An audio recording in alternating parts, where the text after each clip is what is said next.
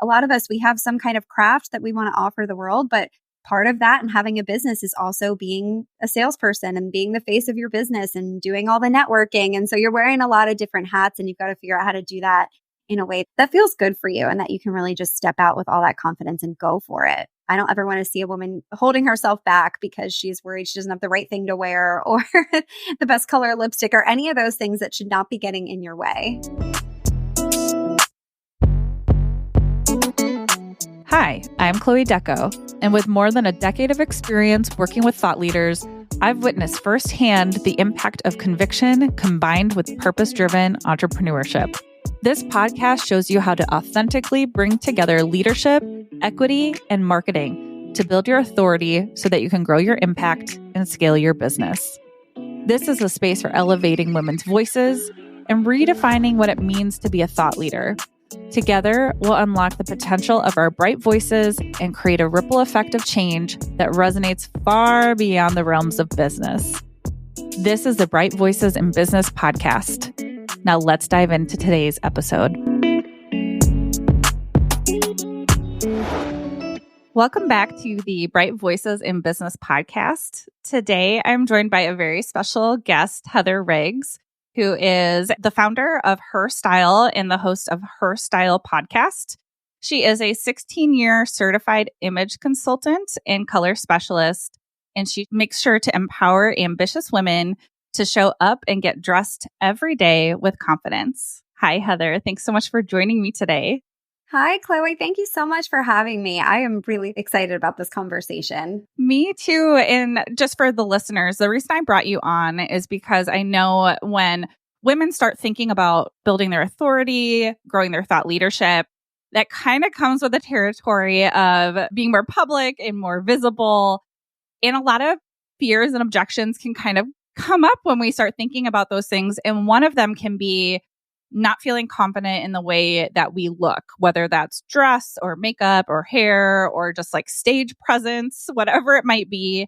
And I know this is your specialty. And so I'm so excited for you to share your expertise with my listeners so that anything that's coming up for them, they can overcome because they have some actionable tips and thoughts that they can bring to the table. Yes, I am extremely passionate about empowering women to show up fully in all areas of their life, especially when it comes to online business. There's so much pressure to show up a certain way. And, we're seeing everybody else's perfect social media feeds and things like that. So I'm excited to kind of help break down some of those barriers to empower women to really just feel comfortable putting themselves out there and knowing a few tips and tricks to do that with more confidence. Yeah, absolutely.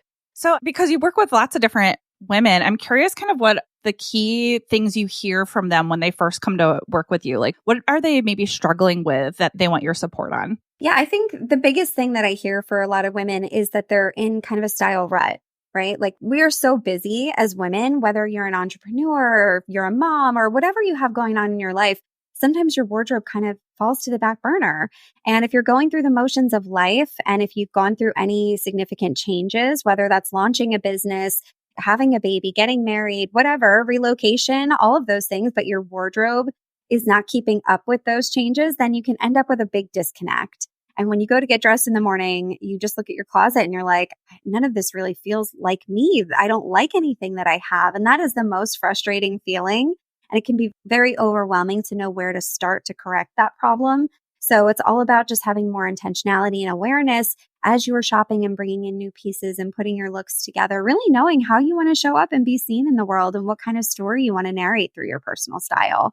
So that's probably the biggest overall, challenge that I see with a lot of women. But I do work with entrepreneurs who have hangups about putting themselves out there on social media or having a brand photo shoot done, right? There's a lot of pressure to show up at your best and to feel your most confident in doing the work that you were really born to do. Because a lot of us, we have some kind of craft that we want to offer the world, but part of that and having a business is also being a salesperson and being the face of your business and doing all the networking. And so you're wearing a lot of different hats, and you've got to figure out how to do that in a way that feels good for you and that you can really just step out with all that confidence and go for it. I don't ever want to see a woman holding herself back because she's worried she doesn't have the right thing to wear or the best color lipstick or any of those things that should not be getting in your way. Yeah, it's almost like a lot of second guessing what they're putting on and how that kind of impacts how they show up in the world.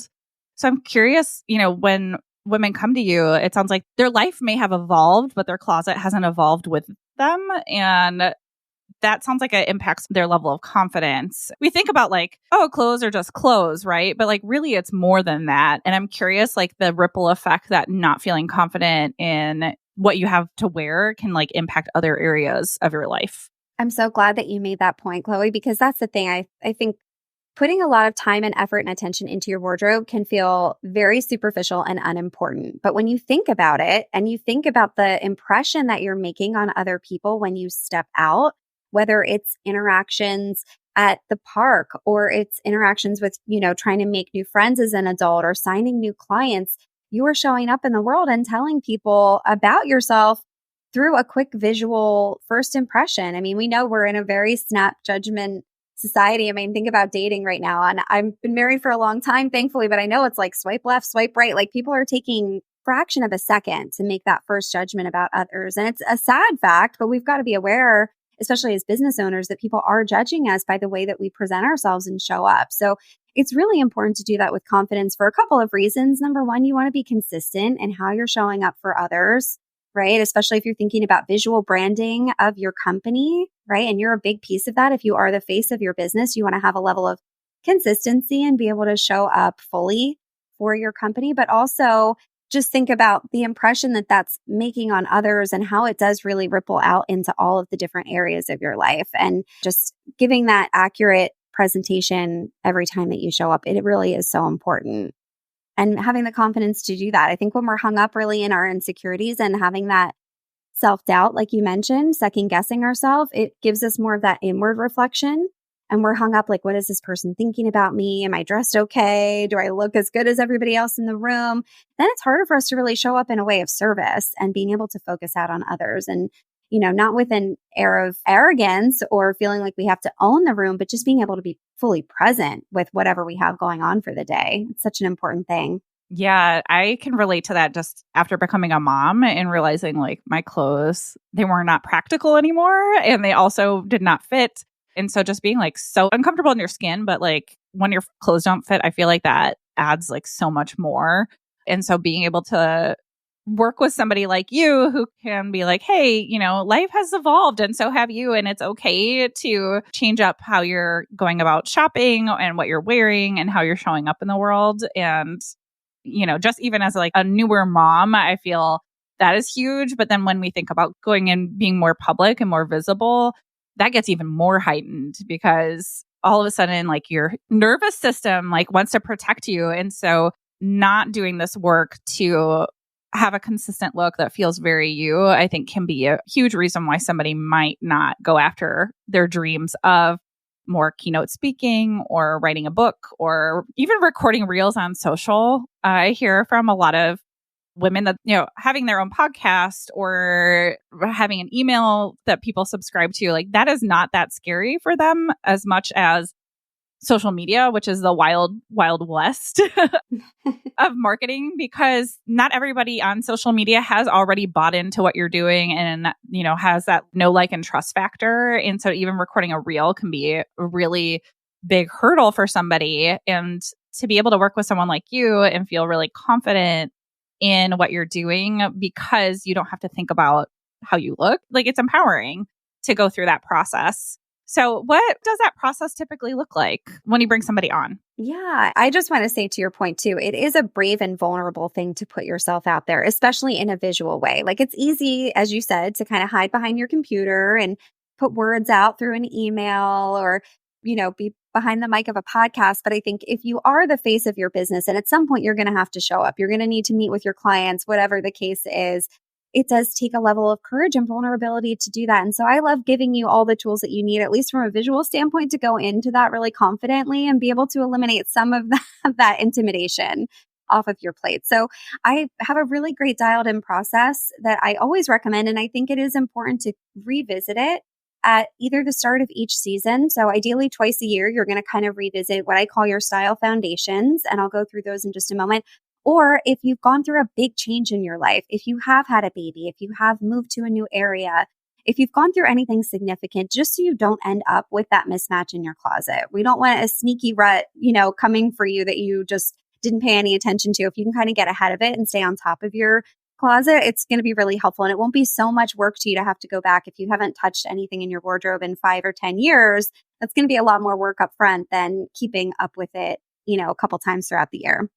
So the basic process that I like to walk women through, step 1 is always dialing in your signature style. It always comes back to how you want to look and feel in your clothing, what story you want to communicate about yourself, and not just thinking about your personal style in terms of visual preferences, because I think that's often where we begin and end that process, but also thinking about what do you want your clothing to say about your personality, about your goals, about your lifestyle. I can relate to you so much. After I became a mom, I used to have a very dramatic style, and that really wasn't practical for chasing around, a 3-year-old boy. Like, my life was so different.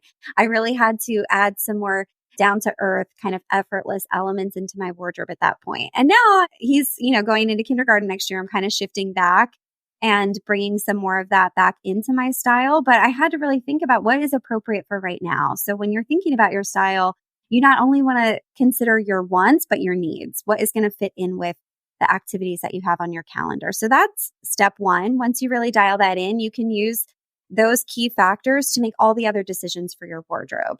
The next thing is figuring out what flatters your figure. You want to show up and look and feel your best. So it's so helpful to know how to dress your body's shape and balance your proportions and what fabrics and prints are going to look and feel best on you. So you got to do a little bit of homework to kind of figure out what makes you look and feel good. The third thing is discovering your best colors, right? Especially if you are showing up on social media, it's so helpful to wear colors that help you look more radiant and youthful and attractive, right? All of those things. You can use color as such a powerful way to communicate messages through color psychology. So I love teaching my clients about all of that. And then once you have those 3 foundations really set up, your style, your best fits, and your colors, then from there, you can kind of do the deeper work to go through your closet, see what's still working for you, what's not, pinpoint the gaps, make a strategic shopping list, align that with whatever budget you have available to you right now. We can't expect it to be an overnight snap of the fingers and you have the perfect wardrobe, but you can start making some baby steps towards getting it in the right direction. And then it's really all about strategic shopping and styling in ways, again, that are going to fit with what you actually have going on your calendar. I never want anyone to feel like they don't have something to wear and they have to say no to an event or an opportunity because you don't have the right thing in your closet. Like, that's heartbreaking to me. You should be able to get dressed quickly and efficiently for all the things that you have going on and that you might want to do. Yeah, definitely. I have been there where I'm like, oh my gosh, like I have to go shopping again and I'm going to wear this thing like one time. And what I've kind of learned through connecting with you and other personal stylists is really, yes, it's an investment to work with a stylist up front, but it actually saves you money down the road because you're not aimlessly shopping and buying things that you don't love in the end and you're not wearing. Think about like my wardrobe is a work in progress, but there's so many things I've bought that I've never actually worn or I've only worn like 1 or 2 times and it just lives there. And being able to work with somebody like you where you can be very intentional about what is in the wardrobe and knowing that it's going to get a lot of use. I think that investment up front can make a lot of sense for people when we look at it through the long-term lens versus, today, like what that looks like. So that's just kind of something I've learned more recently too. I'm curious because you have a really strong background in the color part of personal design and color psychology, and would love for you to share a little bit about, first off, what is color psychology? And then what can somebody learn about it that can impact their wardrobe and how they show up? Yeah. Color is my favorite thing to talk about. It was my favorite thing to study. So I really went deep into that area of image consulting specifically. But color psychology is really just the meaning of different colors that we see from a visual standpoint. Every color creates a different effect or mood. And of course, there's some cultural things around that you might want to keep in mind. But in general, there is basic color psychology that you can really pinpoint for each color. Like blue is a great symbol for trust. Brown is all about reliability. Pink is a very feminine, approachable color. So knowing that can be really empowering when you're choosing things like brand colors or pieces of clothing for different events that you might want to show up for to create that mood, not only through your style, but through the colors that you're wearing. And it's so crazy. I love sharing this statistic. Research has shown that between 62 to 90% of someone's initial impression of a person, a product, or environment is based on color alone. That is how powerful the colors are that we wear. And it's really helpful to have a basic knowledge about color psychology. And the other thing I like to work with my clients on is personal color psychology, which is how you can incorporate your inherent colors, think your hair color, your skin tone, your eye color, all of those things into your wardrobe as well to create an additional layer of that psychology. In fact, I know, Chloe, we did a collaboration where I contributed some information to a resource that you've put together about wearing your eye color is such a powerful color because it helps to instill trust. It creates good eye contact and communication because it's hard to look at someone when they're wearing their eye color and not immediately be drawn to their eyes. So there's just some cool tips and tricks like that I would love to teach people just to empower them with some more color choices that are going to not only bring out their best, but help to create the right effect for the situation. Yeah, it's so interesting because we do think about, for me, I have a marketing background. And so we think about color from the sense of like brand colors. Like the reason McDonald's has, yellow and red is because those are the colors that make you hungry when you look at them. Like, brands have been doing this all the time. They pick certain colors to demonstrate certain qualities that they want you to think about their brand. And yeah, I don't think like the average human thinks about that in terms of the colors that they wear. And so I find this really fascinating that we can apply the same concepts that we think from a marketing standpoint to also the way that we dress and how, not just how we feel, but others perceive us.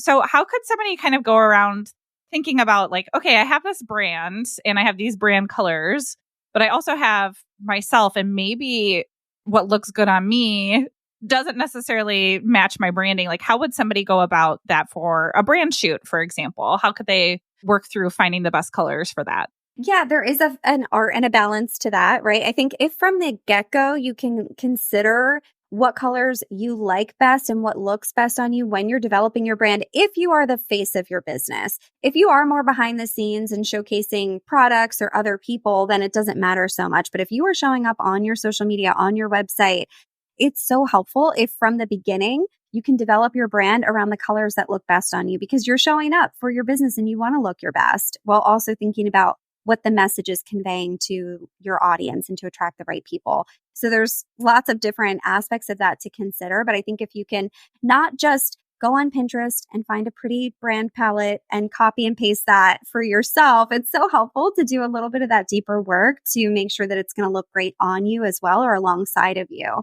Now, if you've already really gone down the rabbit hole with your brand colors and there's no going back now, and your colors that you might get in a personal color palette or something like that, if they don't align, I think the best thing you can do is just figure out a way to bring that together.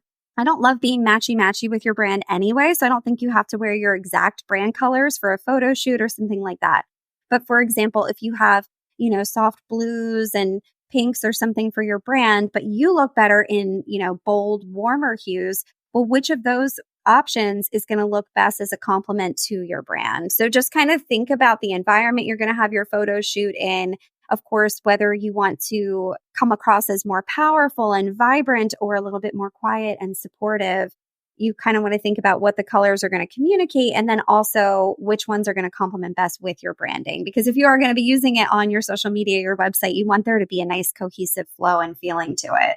Yeah, definitely. So it sounds like you wouldn't recommend necessarily that somebody wears the exact same colors as their brand, but it sounds like if they are, for example, into more vibrant colors, like almost like visually matching those up to see what aligns best with your brand colors, would you like recommend kind of, I know some places recommend like a Pinterest board or something to start kind of like cultivating this look for a brand shoot. Would you recommend something similar to find that kind of cohesiveness in the style and the types of photos that you want to take?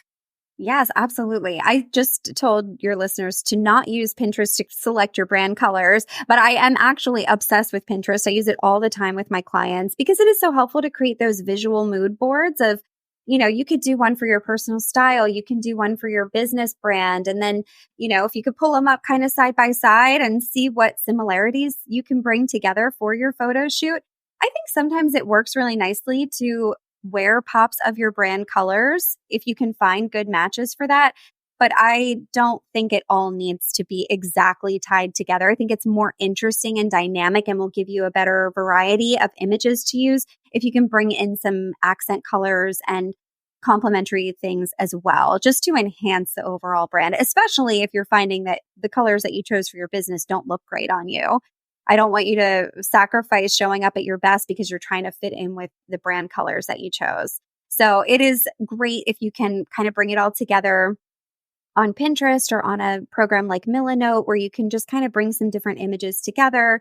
If you have Photoshop or even Canva, get a visual platform and start just bringing different ideas together and see what looks best. I have a client who did a brand shoot recently, and that's what she did. She took the individual colors from her palette and put it up against the background of where she was going to be taking her photos. And she just kind of played around with different combinations until she found what was most exciting for her to explore. And then we found pieces that really worked within that palette that she had put together. So there's lots of ways you can do it. But I think anytime you can bring in visual support, that's so helpful to get an idea of what it's going to look like. Yeah, it makes sense, right? Because clothing is very visual, all of that, to like not rely on just your brain to kind of put it together, instead pulling it together in like one place where you can actually see it and see what it would look like. I know stylists do that, interior designers do it, right? Like having these kind of mood boards, and not underestimating how helpful those can be when you're pulling together a look or some sort of other kind of visual element that you need, whether it's for your brand or for your style. So love the idea of using what you can have access to, whether it's Pinterest or something else, to make sure that you're pulling that together for yourself and feeling really good about it before you have that photo shoot or walk on that stage. So I think that's a great tool in the toolkit. I'm curious, are there other tools or like methods you would recommend if somebody has an event or something that they're preparing for that could make them feel really good about what they plan to wear? Yeah, I'm glad that you asked that, because when you were talking earlier, I think it is a helpful point to have your listeners really think about whether it's for an isolated event or if you want to just look at your calendar for the next 3 months. Like, just take a small chunk of time. I love doing this if I'm planning clothes to pack for a trip, but you could also do this for a full season. Look at what you have going on. Don't make yourself be surprised, and then when you're going to get dressed for something, finally realize I don't have anything to actually wear. The more you can pre-plan and get ahead of it and set yourself up for success, the better you're going to feel going in. So you mentioned, if you have an event that you're showing up to, look at the different activities that you're going to have going on. Are you doing any dinners? Are there any special, evenings that you need to maybe wear a themed outfit or something for? Or are you just planning to do some informal networking? Think about what you have to prepare for. Think about how you want to feel. Is what's most important to you? Do you want to feel really comfortable so you can move around easily and not be fussing with your clothes? Do you want to show up in a powerful way? Do you want to look really bold and get noticed the minute you walk in the room? Like, think about what values are most important for you. And then you can kind of reverse engineer your outfits and make sure that you have everything that you're actually going to need for that event before you go, before you have to pack. The key is to do this ahead of time, again, so you're not surprised at the last minute, because that's when you'll get into trouble running out to buy last minute pieces that you might not really love and that might not work as, a cohesive collection for your wardrobe. I don't want you to have things that are only going to work one time and then they don't go with anything else in your closet. It's really helpful when you can have more intention behind it and choose less but better pieces that are going to mix and match easily with what you already have. Yeah. So planning is key, is what I'm hearing. Absolutely. And again, if you want, like, put in some different outfit ideas from Pinterest and, get ideas of how you want to look and feel for those events or those different activities that you have, even if it's just on a week to week basis, look at the different things that are on your calendar. And then you want to make sure that your closet is a good reflection of that it's actually aligning with what you need.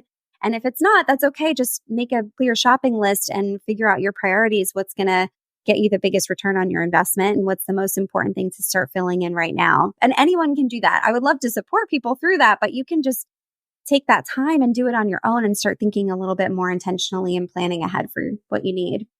Yeah. So what brought up for me while you were talking, and I've fallen in this trap probably almost my whole life, but like when I think about like planning and like purchasing things and not doing it in a hurry, if I'm not careful, I can easily adopt other people's style, like somebody who I look up to and admire and think has great style, and then realize later that yes, I can love their style, but I don't have to adopt that for myself because it might not work for my body shape. It might not make me feel comfortable or make me feel like I'm expressing myself. And so, if other listeners here have also gone through that experience, how can somebody be a little bit more mindful about having their own style versus adopting people around them? Like maybe they have other women entrepreneurs they work with and they're like, oh, I love like how she shows up. How can they really own who they are in this process? Yeah, I think that's one of the biggest wins that I see with my clients is that they've shifted from loving what they see on other women and thinking that's what they need to be wearing to figuring out what they love for themselves. That is one of the most important things you can do when it comes to your personal style is taking the time to figure out what that is. So I have so many tips in mind. Let me see if I can lay them all out for you. I think the first thing you want to do is really, again, go back to that first step I mentioned of dialing in your signature style.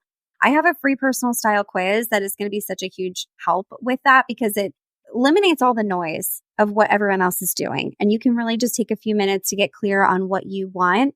And it goes through multiple points. So we talked about, of course, your visual preferences matter, but also your personality, your lifestyle, your goals, all of those things are going to go into really formulating what you want your kind of key look to be. Then from there, once you figure out what you want your style to look and feel like, take some time to play with it, creating a Pinterest style mood board. We already talked about that, but I think that is a very helpful resource to have available to you because number one, it might look like a big hot mess when you start it. You might be pinning a million different types of looks. Then you get to go back and refine it. Go back through and say, okay, what actually feels like me? What is going to make me feel my best? Then you can kind of cull it from there, eliminate things that maybe don't resonate as much. Once you get a really cohesive board put together, I suggest referring back to that all the time. If you see a really great outfit that you love on somebody else, take a pause. That's key. Don't immediately run out and buy it, especially if it's on Instagram and there's a LTK link and you just go buy the whole outfit in a snap. Don't do that. Take a minute and think about it and ask yourself, is this a look that I would save to my Pinterest style mood board? Is this a look that is going to get me where I want my style to go? Just start asking yourself some questions and get curious about that. Another thing that is important to consider is how would this outfit look on me and my body, right? Maybe it's a great outfit, but you need to make some adjustments to have it look good on you. I hear that a lot from women. I saw a cute outfit. I tried to copy it. It didn't work for me. I don't know why it didn't work for me. And it's probably because that person might have a different body type, different proportions, different coloring from you. So you might just need to make some adjustments to have it look more flattering on you. Maybe you want to buy a more fitted top rather than going with the oversized look. Like you've got to kind of think about all those different elements before you click the buy button and have it shipped to your house. Ask yourself if it's really in alignment with how you want your wardrobe to come together. Yeah. And I think this is where being in alignment with yourself and authenticity can show through in your wardrobe is getting really curious about like, okay, why do I like this? Like, what is it about this outfit that inspires me? And is there a way that like, if it doesn't work for me, I can tweak it so that it could work for me? Like you can find inspiration from other people, but it doesn't mean you have to adopt exactly what they're doing. And so getting really curious and saying, hey, is this going to work for me? Does this fit the cohesive look that I've spent a lot of time like putting together and I've been intentional about it? And maybe it also helps a little bit with like the immediate gratification of buying that we can have and gives us a chance to kind of maybe make better decisions about how we shop as well. Yeah, I think that's a brilliant question that you just put out there that I want to make sure people didn't miss. You said, what do I like about this outfit? If you can just stop and ask yourself that, maybe it's not that you need that exact look. Maybe you just love the color combination that person did. Can you recreate something like that with pieces you already own? Maybe they just had a beautiful piece of statement jewelry that caught your eye. Do you have something similar or could you add something like that to your collection? So I think that's really helpful too, to just take a pause and also think about what do I like about this and how can I make it work with what I already have? If you are trying to cut back on that impulse shopping, that's a great thing to do. Yes. Yeah, for sure. So one of the questions that I wanted to chat about was just how we think about like brand colors, and brand colors in themselves carry messages. They're usually, under the surface messages for our listeners, but we also have, the actual words that we use to communicate our brand, whether it's our company brand or our personal brand. And I'm curious how somebody might use their personal style to reinforce those messages that you're trying to use throughout your business's marketing. Yeah, I think that's another great avenue to consider. It's not just about the colors that you wear, although we know that's a powerful factor in communicating messages, but also thinking about your style as a whole and the way that you're presenting yourself. Because, one person might have a really laid back, kind of messier approach to business. Like maybe that's your thing is communicating, just showing up however you are. Maybe you are trying to appeal to the really busy mom who just wants authenticity and she's craving something real. And for you, it is more aligned for you to show up without looking completely finished, right? Maybe that suits your personality and the message that you want to put out with your business. And so you're going to be intentional about the way that you do that. And I don't necessarily mean showing up in your pajamas. That's probably not going to give you authority in your business, but not having to feel like you're putting all this pressure on yourself to look quote unquote perfect and airbrushed and flawless. So that could be one thing, but another business might be trying to appeal to a higher level, power player. And then in that case, it's going to be important to make sure that your clothing is well tailored and, steamed and showing up looking really crisp and sharp and a little bit more bold and fashion forward. So it's aligning the overall aesthetic of your business with who you want to attract and then what you want to communicate to them with your message. So I would think about your brand's values. How can you reflect that in your style? If you're all about trust and, reliability, or maybe you're more about approachability and softness and being a supportive role, then you might want to look for pieces that are a little bit more soft and feminine or, delicate rather than, more bold and classic or tailored in that sense. So I think it is helpful to kind of look at the overall message that you want to put together. And then how does your style align with that, both on a personal and professional level? And you might need to have a separate work wardrobe so you can really just show up in the right way for your business. If that doesn't fit with your normal day-to-day life, maybe you have a small collection of professional pieces that you want to wear for your business. And that's okay. I love when your closet is easy to mix and match between all the different aspects of your life, but sometimes it doesn't make sense that way. And so I think it's okay if you just want to make sure you're picking a few key pieces that are going to really help you show up and reflect that. Yeah. And what I love about what you said is like paying attention to the audience that you're serving and what is going to resonate with them as well. So if you are thinking about maybe like working with corporate companies, you might have to dress differently than if you're serving moms, right? Like stay-at-home moms or whoever, like, and being able to show up in a way where you're attracting the people you're most excited to work with and being approachable for them, like meeting them where they are, right? So a corporate company might need you to be a little more polished, and the stay-at-home mom like wants to know you get her, right? Like she might not be getting dressed up every single day, and she wants to know that she can look at you and say like, oh yes, like you've been there, you've been through this, you understand me. And being able to make sure that your audience feels seen through what you're wearing, I think can be a really important part of the research and the intention that you put into your wardrobe as well.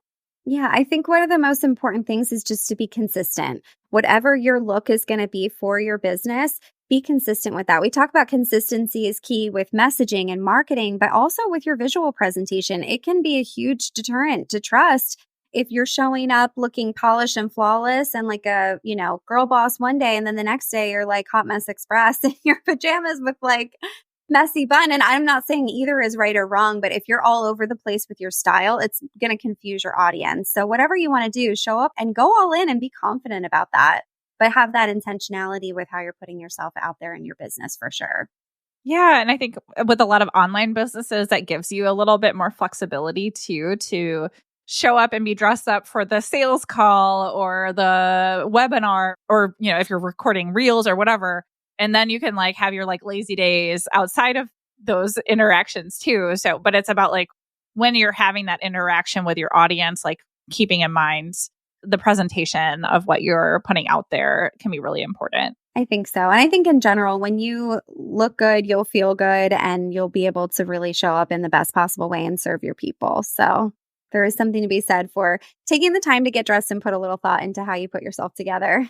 Yes, even if you work from home, because we all know the trap we all fall into when we work from home and we don't put ourselves together. This is kind of a funny example. But like when I wear my glasses, it's like my brain knows like this is a lazy day and I'm just going to like kind of be bumming around. But the second I put contacts in, I'm like zoned in and I'm like ready to go for the day. And it's so funny, this like psychological difference for me between contacts and glasses. And I'm sure you had your own experiences with the clients that you work with, that they have their own version of what that looks like and how that impacts how they show up.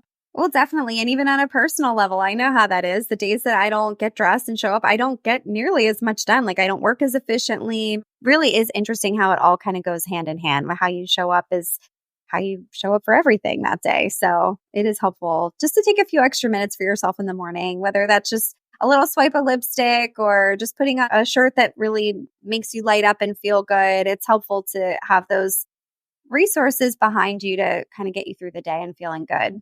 Yeah. That leads me to, I want to ask you around how someone can dress for comfort, knowing like being comfortable is important, because if your clothes are not comfortable, that's distracting. But at the same time, if you work from home and you want to get dressed up, but you don't want to be uncomfortable, like what could somebody do to just kind of factor that in when they're picking out and selecting clothes?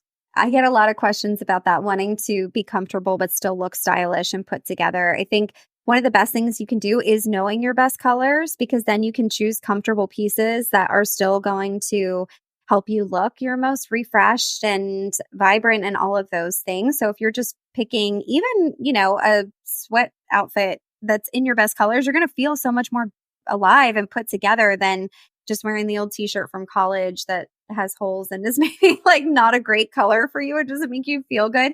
I also think choosing the best quality fabrics that you can, and I don't mean breaking the bank or going into debt, but if you can stretch yourself a little bit to choose quality over quantity of pieces, and maybe just have a couple of casual outfits that are in really soft materials that move easily, that flatter your body. And so thinking about those foundations, like we talked about, that it suits your style, it looks good on your body, and it's in complementary colors for you. I think putting that into all areas of your wardrobe, even your loungewear, even if you're the only person that is going to see it, it's so helpful to build a wardrobe that you love and you feel amazing in, even if it's just for yourself. It goes such a long way to do that. Yeah, that makes sense to me. Is like investing in like looking at your loungewear the same way you would look at the rest of your wardrobe. It's not that you don't have loungewear, like you need that, right?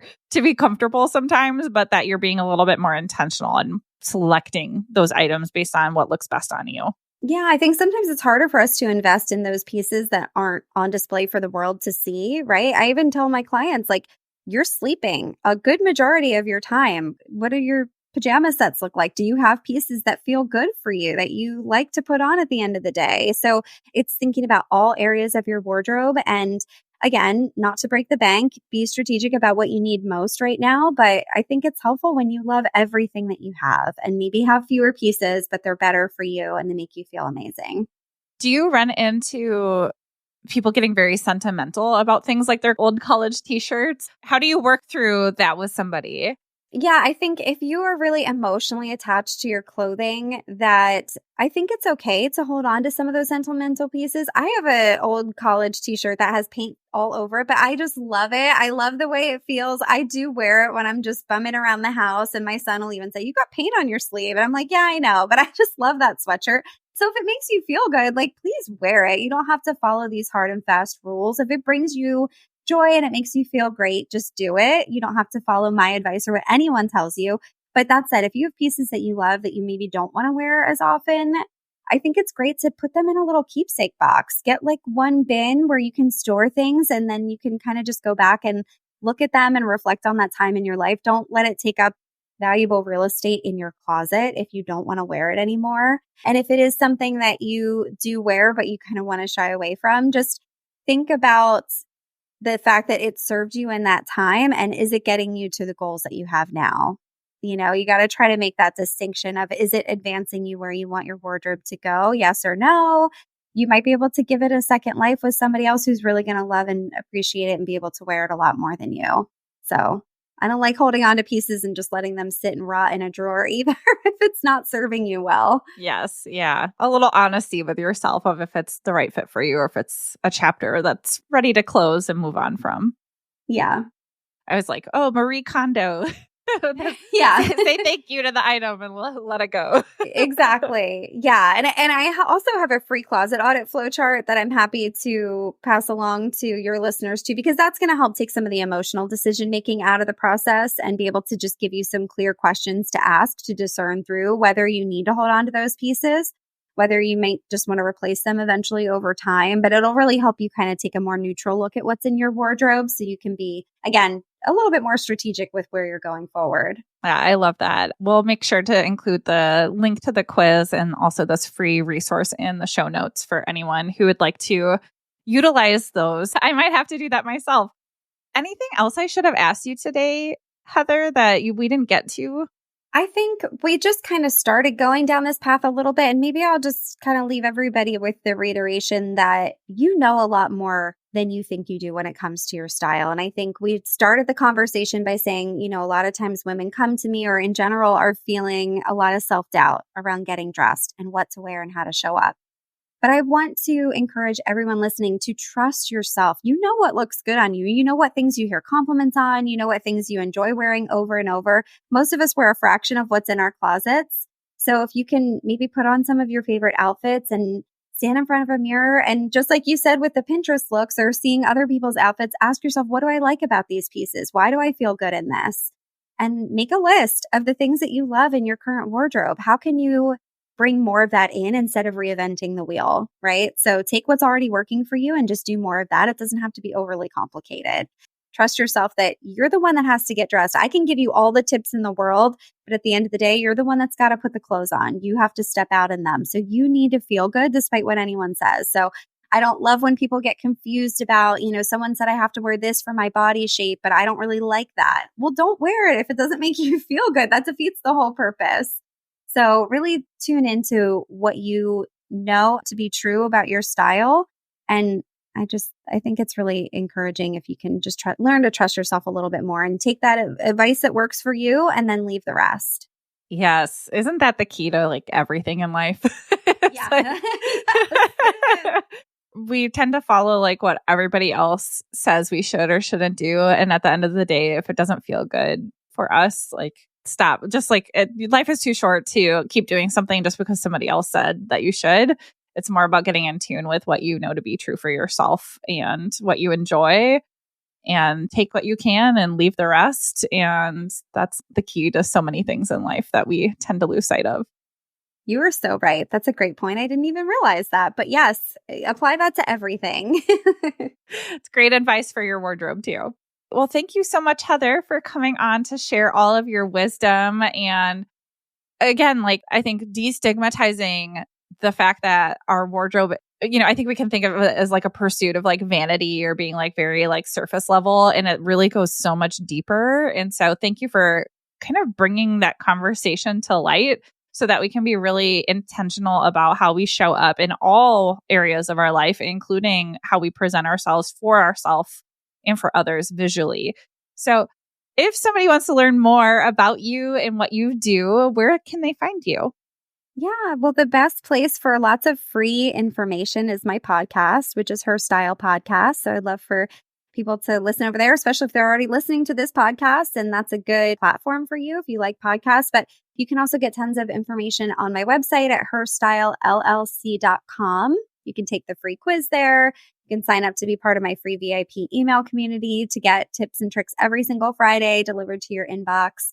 And I'm also on Instagram at Heather Riggs Style, but that is not my preferred place. So you're welcome to DM me over there, especially if you have any follow-up questions to this episode. I'd love to connect with you more personally, but I don't post a lot of content over there. So the best place to keep up with regular information is through the podcast or my email community.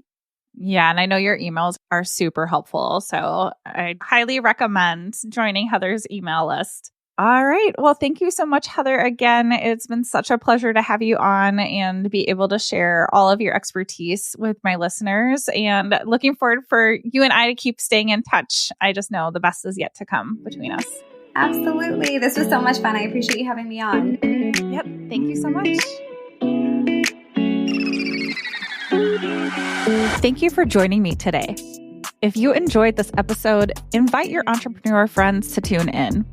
Don't forget to connect with me on Instagram at West Haven Coaching I would absolutely love to hear your thoughts on today's episode and continue the conversation with you there.